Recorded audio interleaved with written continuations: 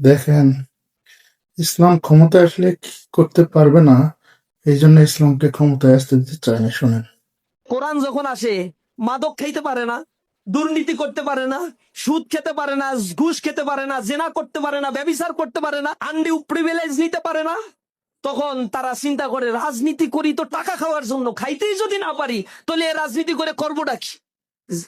যারা খেতে দিচ্ছে না এখন তাদের ধরো, তাদেরকে বলো এরা জঙ্গি, এরা মুক্তিযুদ্ধ বিরোধী, এরা দেশ বিরোধী। অথচ স্বাধীনতার পরে 54 বছরের ইতিহাস সাক্ষী, এদেশের 54টি বছরে এদেশের স্বাধিকার জন্য, এদেশের সার্বভৌমত্ব রক্ষার জন্য সামনের কাতারে থেকে জীবন বিলিয়ে দিয়ে কারা নজরানা পেশ করেছে, এ বাংলার ইতিহাসটা সাক্ষী দিচ্ছে।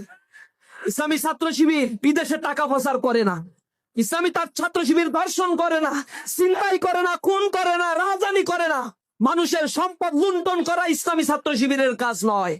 ইসলামী ছাত্র শিবির মানুষকে ডাকে সুচিতল এক কালামুল্লাহর দিকে, যে কালামুল্লাহ মানুষকে একমাত্র মুক্তি দিতে পারে। এই কথাগুলো যখন আমরা বলছি তখন কনস্পাইরেসি করে আমাদেরকেও ষড়যন্ত্র করে জেলে নেওয়া হয়েছে, হত্যা করা হয়েছে।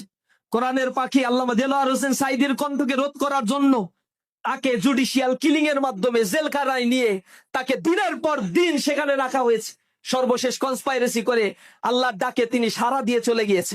এখানে শহীদ আলী হাসান মোহাম্মদ মুজাহিদ ভাই, আজকে শাহাদাত বার্ষিকী, আমাদের শহীদ মাওলানা মতিউর রহমান নিজামী থেকে শুরু করে ইসলামী ছাত্র শিবিরের প্রথম কেন্দ্রীয়